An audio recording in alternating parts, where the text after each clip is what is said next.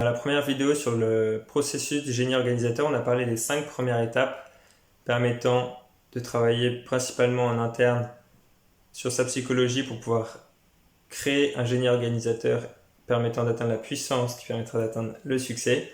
Aujourd'hui, on va voir les 5 étapes suivantes.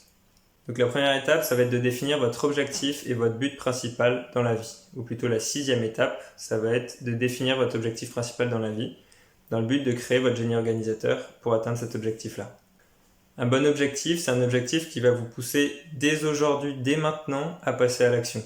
Pas dans 10 ans, pas dans un an. Aujourd'hui, il faut que votre objectif vous donne la motivation et l'envie d'avancer pour l'atteindre. Et donc, même si vous n'aurez pas tout de suite l'objectif final, ça doit vous permettre de faire la première action aujourd'hui, que ce soit de lire un livre, un chapitre, d'écrire quelque chose, de tourner une vidéo, enfin ça peut être n'importe quoi, mais ça doit être la première action qui va vous mettre en mouvement et qui doit vous pousser, surtout au début, à passer à l'action pour avancer vers l'objectif. Et l'avantage d'utiliser ce critère-là quand vous fixez votre objectif, c'est que ça va vous permettre de voir plus loin. Et en fait, c'est pas le résultat de l'objectif qui va vous importer le plus, ça va être tout ce que ça vous apporte dans l'instant présent. Autrement dit, ce ne sera pas la taille et l'ampleur de l'objectif qui va permettre de donner cette motivation et qui va permettre de passer à l'action. Le facteur le plus important va être l'effet de votre objectif sur vous et sur votre réalité pour passer à l'action et pour agir dans ce but-là. Et la deuxième chose, c'est que une fois que vous avez fixé votre objectif et que vous passez à l'action, vous allez apprendre l'expérience nécessaire pour améliorer votre plan. Et plus vous allez avancer, plus vous allez affiner votre plan et plus vous allez arriver à la destination que vous vous êtes donnée. Si vous faites un projet à 5 ans, en fait dans 5 ans vous êtes incapable de savoir, ou même à 3 ans, ou même dans un an, vous êtes incapable de savoir où vous serez. C'est pour ça que fixer un objectif à moyen ou long terme, c'est très bien, mais après il faut le déployer en action quotidienne et en action à court terme pour vous permettre d'avancer et pour vous permettre surtout d'affiner au fur et à mesure votre plan d'action en fonction de l'expérience que vous allez acquérir. La deuxième chose, l'étape suivante, c'est de développer une personnalité agréable. Donc, je vais vous donner la définition de Napoléon Hill. Votre personnalité est la somme totale de vos caractéristiques, de votre apparence qui vous distingue de tous les autres. Par exemple, les vêtements, les traits de votre visage, le ton de votre voix. Et moi, je rajouterais aussi qu'une personnalité agréable, c'est une personne qui inspire confiance. Et pour créer cette personnalité agréable, il y a plusieurs éléments. Le premier, ça va être de s'intéresser sincèrement aux autres, de vraiment s'intéresser à eux, qu'est-ce qu'ils font, de poser des questions. Un autre élément, ça va être de sourire. Quelqu'un qui sourit, c'est forcément plus avenant que quelqu'un qui fait la tête. De parler aux autres de ce qui les intéresse et de les faire parler de ce qui les intéresse. Et enfin, l'utilisation de la règle d'or. Donc ça, j'en ai parlé déjà dans une vidéo, j'en reparlerai dans les prochaines étapes du processus.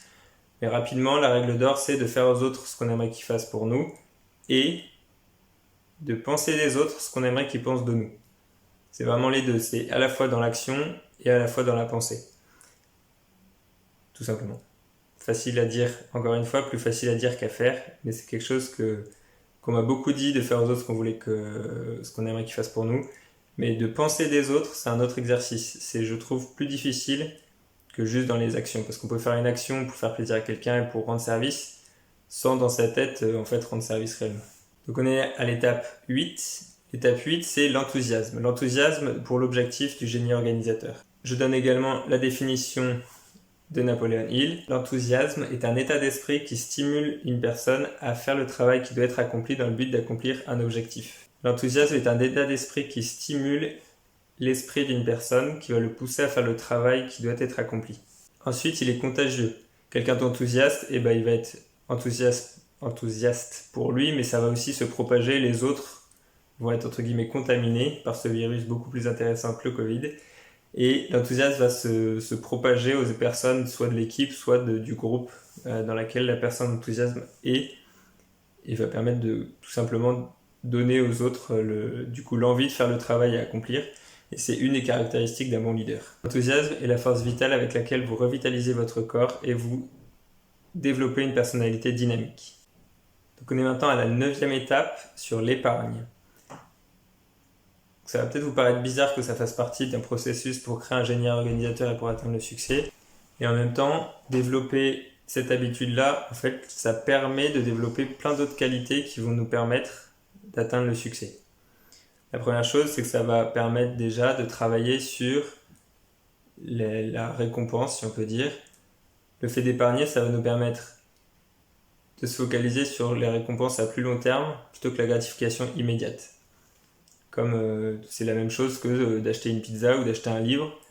Vous pouvez acheter la pizza, la manger tout de suite, c'est une gratification immédiate. Et à l'inverse, vous achetez un livre, le livre, tant que vous ne l'avez pas ouvert et lu, il sert à rien. Il vous a rien apporté du tout.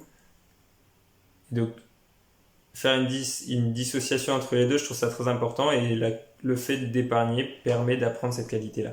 Ça permet aussi d'apprendre la maîtrise de soi, la confiance en soi, le courage, le calme. Et ça permet aussi d'épargner, d'avoir une enveloppe un matelas de sécurité. Ça permet aussi de se libérer de la peur de la pauvreté. Et enfin, à force d'épargner, ça va nous permettre d'arriver à l'indépendance financière et surtout à une certaine liberté que l'on n'a pas quand on peut manquer d'argent. Enfin, la dernière étape de cet épisode, c'est penser avec exactitude. Ça veut dire distinguer les faits de la simple information et ensuite, dans les faits, distinguer les faits pertinents. Et un fait pertinent, c'est un fait qui va permettre d'avancer sur son objectif, des faits non pertinents qui du coup sont tout le reste, qui n'ont pas un lien direct avec le sujet sur lequel on travaille, ou du moins avec lesquels on ne peut pas forcément faire de lien avec le sujet sur lequel vous travaillez. De quoi est constitué un fait important et pertinent? Comme je viens de le mentionner, un fait important et pertinent va dépendre de votre objectif, de ce sur quoi vous travaillez. Parce qu'un fait important et pertinent est un fait que vous pouvez utiliser dans le but d'atteindre votre objectif sans causer de tort à d'autres personnes. Tous les autres faits sont superflus et donc inutiles et du coup, il n'y a pas besoin d'y penser puisque ça ne va pas vous aider à avancer sur votre projet ou sur votre objectif. La personne dont la pensée est exacte voit les faits et s'appuie sur les faits pour agir et non sur les préjugés, sur la jalousie, sur la comparaison.